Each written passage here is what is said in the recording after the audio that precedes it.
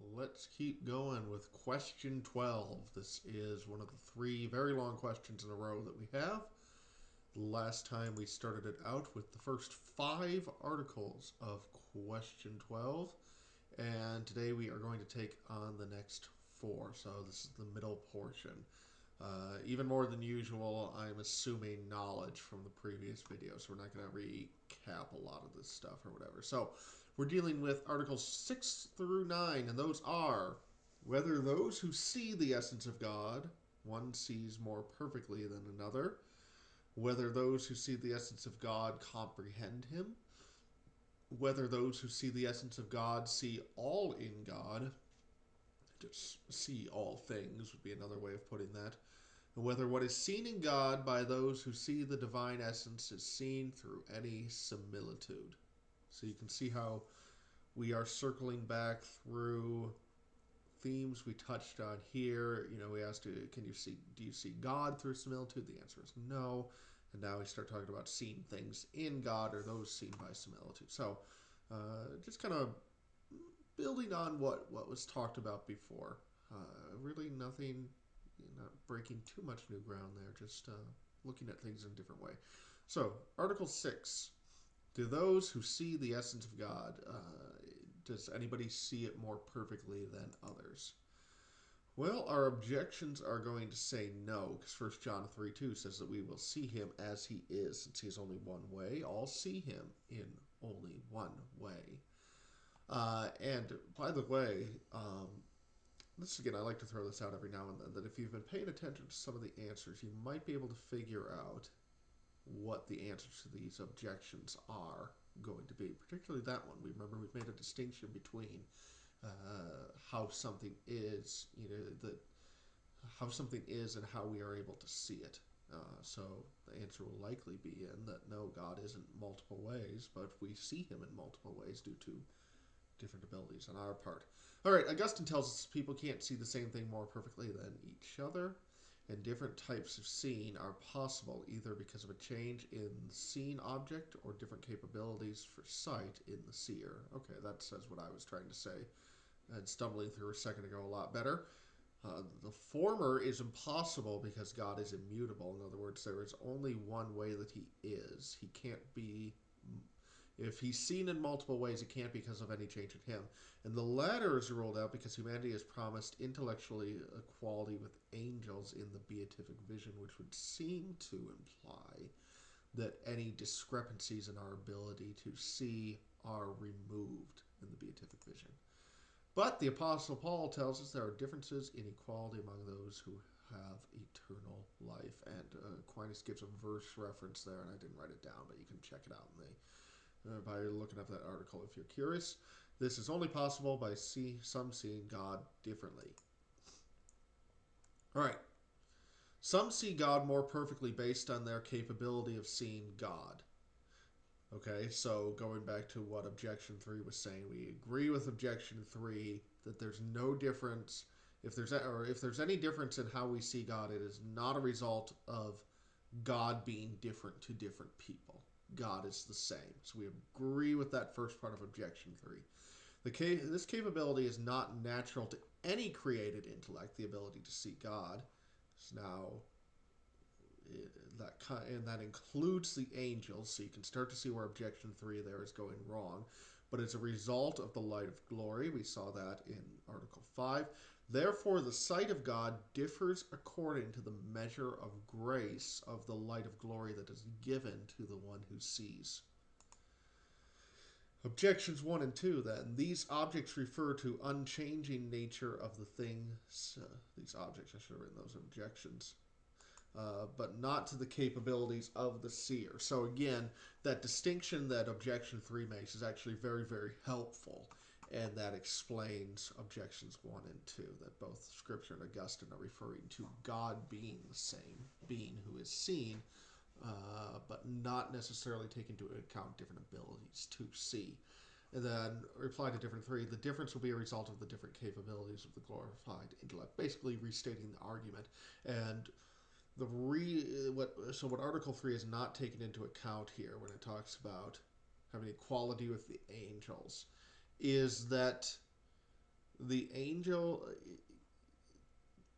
when we talk about being made equal with the angels, we're still dealing with created intellect, which we know from Article 4, under its own power, still can't see God. So even though in the beatific vision we're raised beyond human abilities to an angelic ability, we all, us and the angels, need to go further than that even, which rules out objection 3, because then we're dealing with grace, and grace can be given in different measures. Okay. Article 7, whether those who see the essence of God comprehend him. So, seeing versus understanding, and he'll explain a bit more of that distinction in the argument. The Apostle Paul seems to indicate that his goal in faith was to comprehend God, and 1 Corinthians 9:26 tells us his faith was not in vain. If God's essence is seen, he is wholly seen. Therefore, to see his essence is to comprehend him. Then there's always one place in these that I tend to get stuck. And this objection 3 was where I kind of got stuck. So I just wrote it down as best I could. Dig into it yourself if you want to try and understand it more than I did, because I struggled with this one. If it is answered that there's a distinction between seeing a whole and seeing wholly, it can be shown that this distinction does not hold up, and that's where I kind of got lost and just sort of moved on after scratching my head for a while. All right. Jeremiah 32:18-19 says God is incomprehensible. And that's actually fairly easy to prove, as we'll see here in just a second. So to comprehend something is to know it perfectly as far as it can be known. So seeing is different than comprehension. To comprehend something is to know something perfectly, to have perfect knowledge of something throughout all of it, as far as it can be known.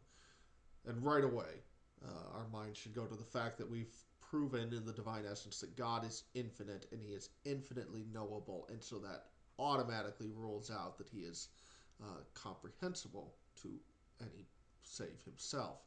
Further, those who see God see him proportionally according to the amount of the light of glory they've been given, and no one is given an infinite light of glory because it's something added to the creature, and that infinite quality can't be added to us. There's always a limitation there.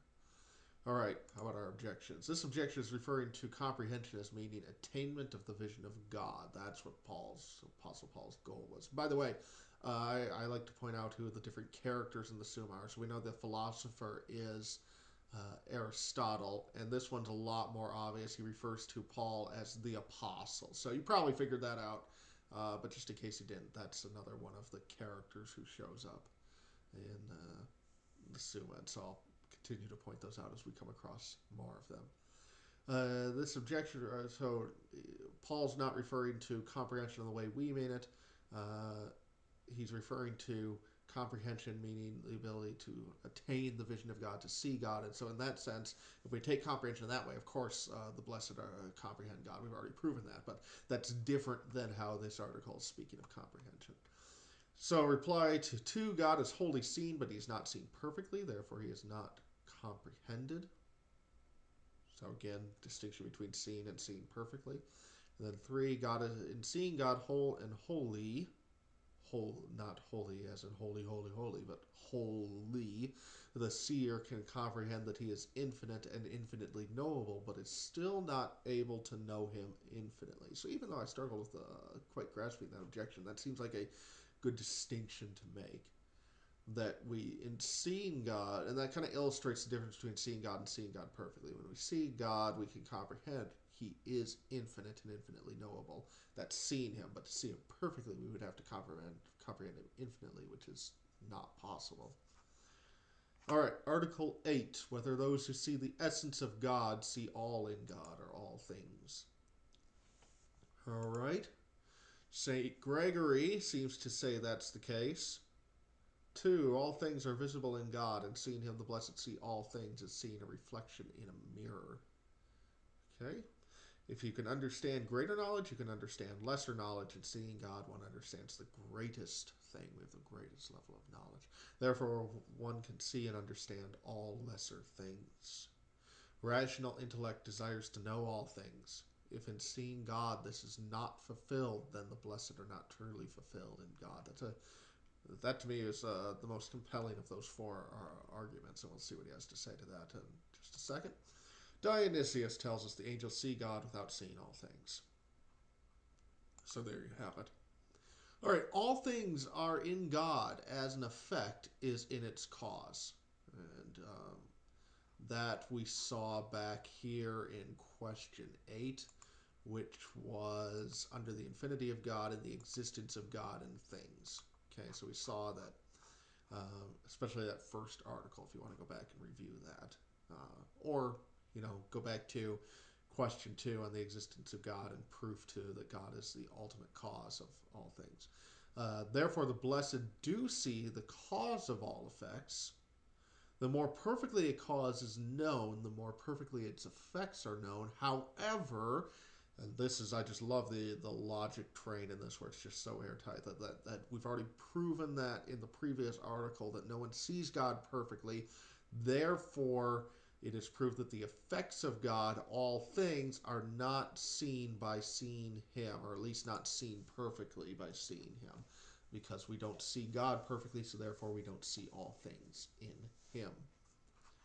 All right, objections answered. Gregory is referring to all things being seeable in God, since he's the cause of all things, but he's not saying that all see God perfectly. Okay, so we admit that all things are seeable in God, but not that all things are seen in God, because for all things to be seen in God, he would have to be seen perfectly. In seeing a mirror, one does not see everything in the mirror unless one fully comprehends the mirror, and so that's where that analogy just falls apart, because we don't comprehend God. It is greater knowledge to see God in such a way that all things are seen in him than to see him in the lesser degree where he is not fully comprehended. So it's essentially saying, objection 3 is right, but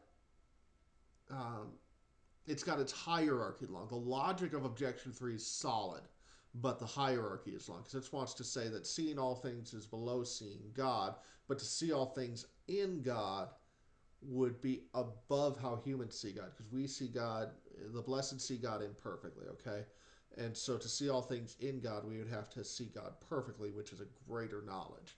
So a little nice philosophical jujitsu. We use the logic and strength of that objection and turn it back on itself. And then, since God is the cause of all things, the desire of the intellect is satisfied in seeing him. So the desire to know all things is fulfilled in knowing the cause. Okay. Finally, Article 9. Whether what is seen in God by those who see the divine essence is seen through any similitude. Well, that seems to be the case, since to know an object requires that one be joined to the similitude of it. That's another place I just kind of scratched my head, did my best, moved along. If you want more than I was able to get, and there certainly is more than I was able to get, go ahead, knock yourself out. The Summa's right there. Memories are a form of similitude. Since the Apostle Paul saw God and had memories of that experience, that's something in 1 Corinthians that Paul refers to being caught up in the third heaven. If you're familiar with that verse, that's what Aquinas is referring to. He describes some type of spiritual ecstasy. And we're interpreting that here as seeing God. And has memories of that experience, so he had similitudes of what he had seen. All right. One does not see God through similitude. Article 2, therefore neither does one see the objects in him through a similitude. To see something in God is to see by having the divine essence united to your intellect. Therefore, things seen in God is seen as they actually are to God. So because of that union of the divine essence to the intellect, it eliminates the need of similitude. We're obviously in a fairly esoteric area here, so don't worry if you don't quite get all this. I certainly don't get all this, and that's okay. Big ideas, key terms, so we move on. All right, objection 1. By being united to the divine essence, the intellect is directly assimilated to the things seen in God. Basically just restating what we said in the argument. And then seeing God through memory is not the same as seeing God's essence actually. Important distinction there. So, there you have it. Middle part of question 12 done. I will take on these these final 4 articles and be back in a day or two with the remainder of question 12. And then we'll do question 3. And at that point, we'll be all done with this second big part of the treatise on the one God, how God exists, and then the divine operations, and then we're done with that first treatise.